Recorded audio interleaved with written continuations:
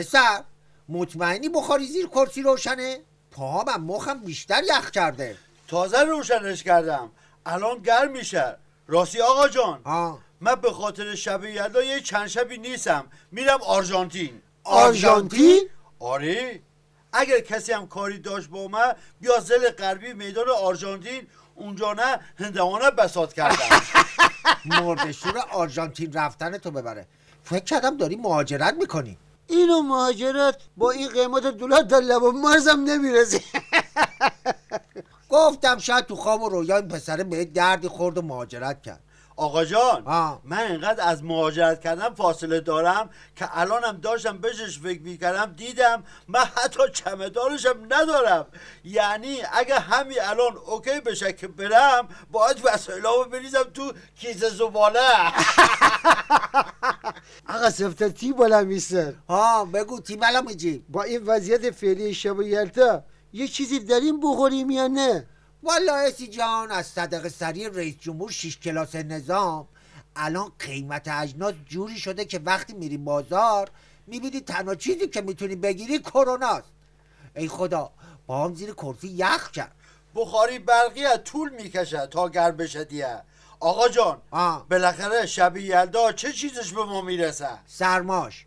آجیل که حرفشو نزن پسر، پارسال حذفش کردیم. امسال قصد داشتم با شیرینی و میوه پذیرایی کنم که با این فرمونی که میوه و شیرینی داره جلو میره مجبورم واسه تون بیسکویت ویفر موزی و توت فرنگی بگیرم که هم شیرینی باشه هم میوه. دست پنجه‌تون درد نکنه آقا جان، راضی به این همه زحمت رو نبودیم. اینو واسه اسی جانم میگیرم. تو توی همون آرژانتینت یه ساندویچ فلافل دونونه بگیر به هندونه فروشی ادامه بده که دست خالی خونه نیای پسر. آقا سفتر تو رو خدا اینجا رو گوش کن. بگو بابا. یکی از اعضای گروه هم نوشته کی فکرشو میکرد که تخمه آفتابگردون جای پستو و آجیل رو توی سفره شب یلدا بگیره؟ این که چیزی نیست، تو خانه ما شلقم هم جای انار گرفته. مملکت آخوندیه دیه، سوئیس نیست که. اسی جان یا بگو تی بالا میشه بگو. این بخاری برقی خسرو که هنوز گرم نشد. ببین تو اون مجازی یه خبر دلگرم کننده تو این مملکت پیدا میشه بخونی بابا یا نه؟ والا اینجا نوشته آقا سفتر رئیسی به وعدهش عمل کرد. دلار 31,000 تومان شد. پسته کیلوی 350,000 تومانه. یه چیزی بگید دیگه. ورود خودروهای خارجی ممنوع شد، به جایش خودروهای داخلی تا 50 میلیون تومان گرون شد. خامنه‌ای ورود لوازم کرویی را ممنوع کرد، در عوض قیمت لوازم خانگی داخلی سر به فلک کشید. قربان با این دستاورده رئیسی تکلیف شب یلدامون مشخص شده، همه چی ورود ممنوع کردن.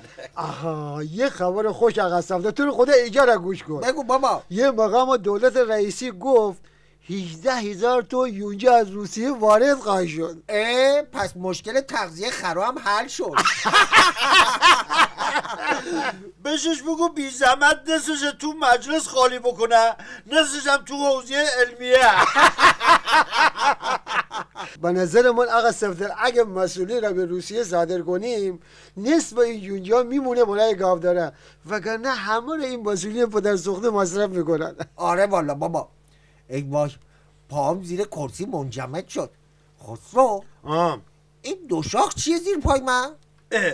اون دو شاخ بخاری برقی کرسیه. دست شما چی کار میکنه؟ باید تو پریز باشه. نه